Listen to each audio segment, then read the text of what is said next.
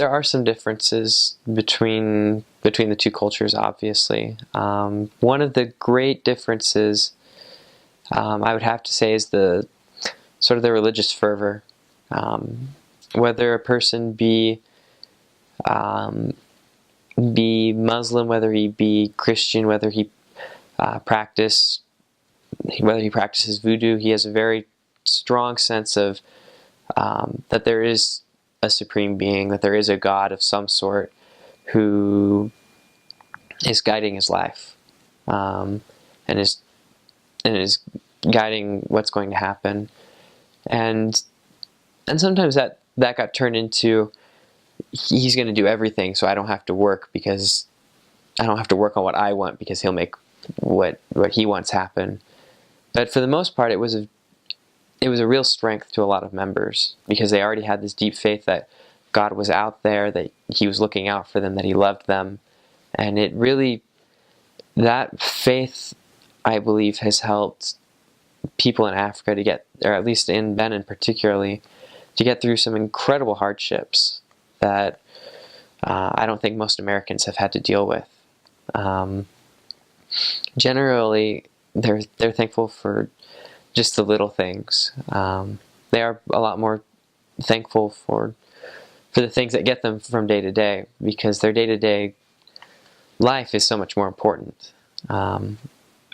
So when we would be saying prayers when we would be praying with our investigators, we would see a lot more prayers for thank you for the shade, thank you for just the little things, that thank you for this food. And it was humbling to see in some cases that these people really did not have much, but they were so very thankful for it. And they had this sense of there's a sense that you shouldn't hold back from somebody else if you had something, because if you held back, everybody knew that life was a cycle, and that you may be up top now, but at some time you're going to be in a tough spot too. And so even people that didn't have very much were still often willing to share what they had, because they knew that they had the possibility that they too would need that at some point in the potentially near future. And obviously there were obviously exceptions to that, but that was the general feel I got of their culture, was that they were a little bit more willing to work and help each other out, because they knew that one day that might be them.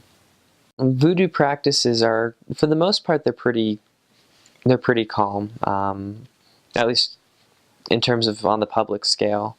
The only thing that we would ever really see publicly was were what were called revenants, which were implied to be dead spirits that had come back and were now wandering the streets, I guess. I never really understood what the purpose was, but essentially it involved somebody dressing up in a crazy costume that you couldn't see their body, and there would be a crowd around them, and they'd go down the streets. And we saw that from time to time, but it wasn't very often.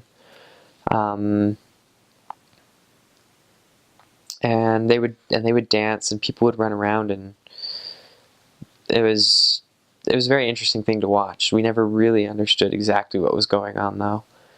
For the most part, voodoo, the most common interpretation that people gave me was that voodoo is about protection and enhancing one's possibilities, was the interpretation most people gave. That a lot of the sacrifices that they would offer, which were usually flower sacrifices, or occasionally animal sacrifices, but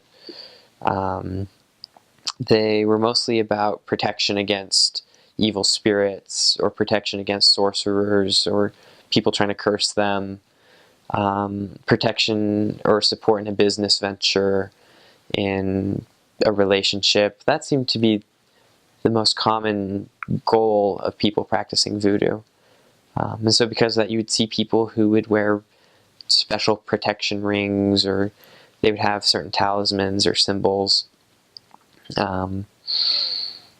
The snakes are a big part of that culture. There are certain animals, certain plants that are more important than others, and snakes are pretty high on that list. And so even non-practitioners get kind of leery around snakes. And even if people that don't practice it, people that are strong in the church, do believe that there's something to voodoo. There's something in there that is doing something. And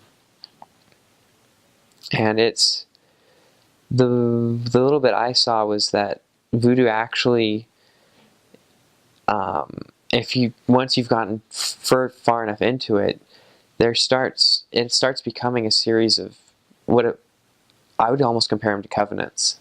That I promise this to get this, and I got to keep what I said. If not, I don't get what I want. And when the people that are very far into it, they'll often have facial markings. They'll have cuts that have healed over, so they're visible. Often here or here. The ones on the cheeks are the most visible ones, obviously. And it was very interesting to see people marking themselves in that way, setting themselves apart.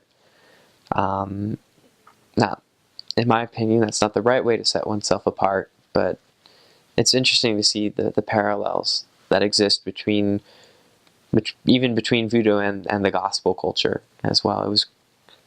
Maybe gospel culture isn't the right term, though.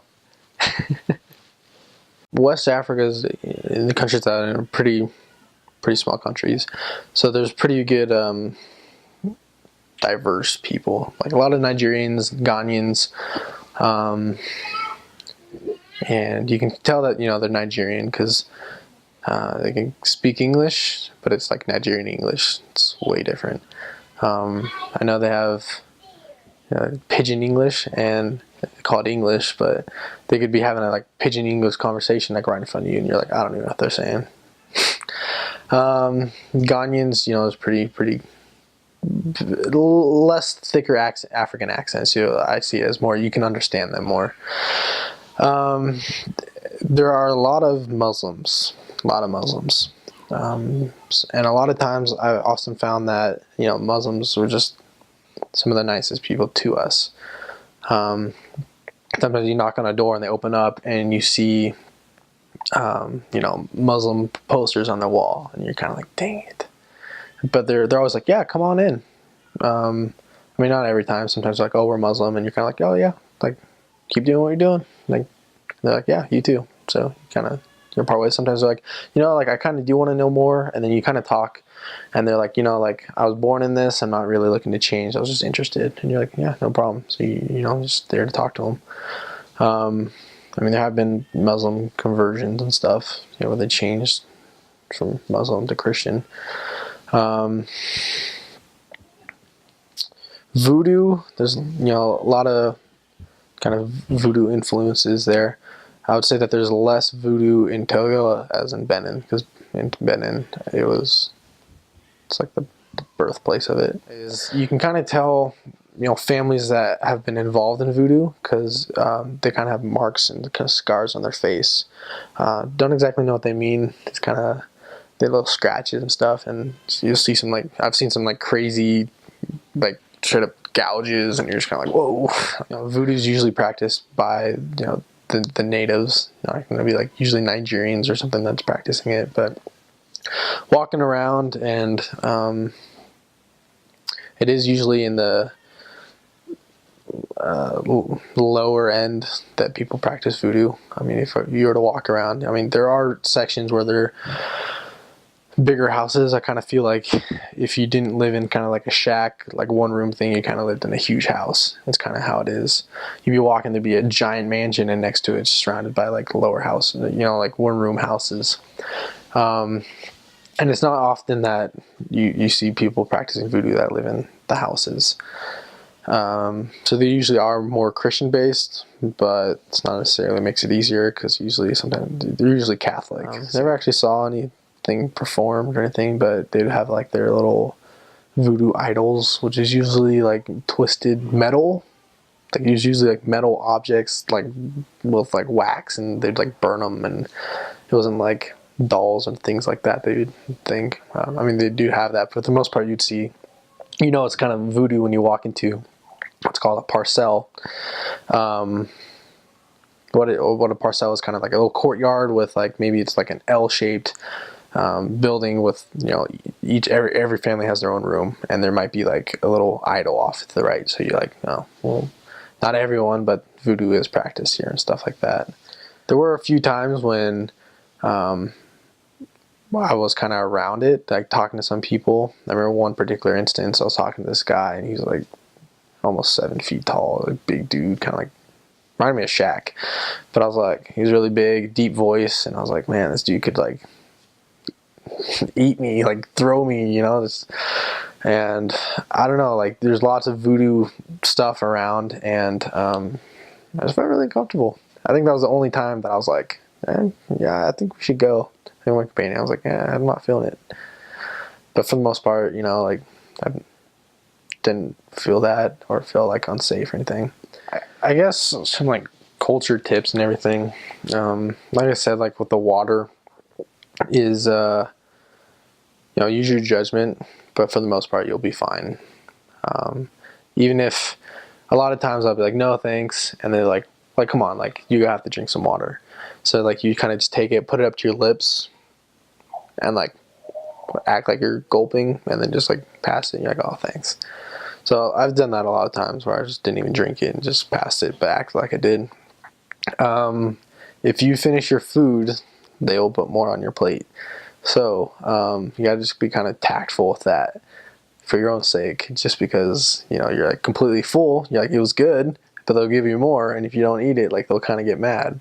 So you'd be like, like I don't know. You just gotta figure it out with that person. Like, it's different from every person. Sometimes some people are like, I'm full, like it was so good, like thank you, and they're like, okay. Some people are really pushy, and a lot of times where I just felt like I was gonna throw up, like walking out of there. It's like, oh my gosh, I ate so much food. I feel like for the most part, the thing to kind of do is to talk about Jesus. They're like, oh yeah, you talk about Jesus, like so do I. Like I like Jesus. And you're like, oh cool. And then just kind of talking with people, eventually you get pretty good at kind of discerning who's kind of just messing with you, who's just there to just talk, not really bash, but just they're not really interested. Although they just like to talk about Jesus, they like to show that they talk about Jesus, as opposed to those who are actually interested. I feel like there's lots of Muslims, there's lots of voodoo, but there's also like it's pretty Christian based. Catholic is huge down there. Lots of Catholics. Even people would be like, oh, I'm Catholic Muslim. It's like, well, what does that mean? Like, they're like, well, like my mom's Catholic, but my dad's Muslim. So you're kind of like, so like, what does that mean? Like, I don't know what you're talking about. I talked to a French person that was there once, and he just like didn't believe in God. And he was the most hard. He was like, I was like, I don't even know what to say right now, because like my whole mission, everyone knows who like God is, and you're just not used to explaining to like someone who claims to be atheist what God is. So I just had the hardest time. Nothing happened because I was like, I don't even know what to say. But everyone has that base. I never once met someone that was like, I've never heard of Jesus or something like that. Like everyone's heard of Jesus. Everyone's believes in some sort of deity. So that was cool, I guess. I mean, opposed to European missions where everyone's atheists. It's like, with investigators, you had to be pretty good at seeing, when people would progress. It's not like the European missions where, you stick with one investigator for years and years. It's kind of like, hey, they're not reading, they're not coming to church, like they're not really doing anything. Gotta drop them. And you drop them because you can find someone else. And it's usually, I wouldn't say it's easy. It's not easy, but you there's definitely room to find people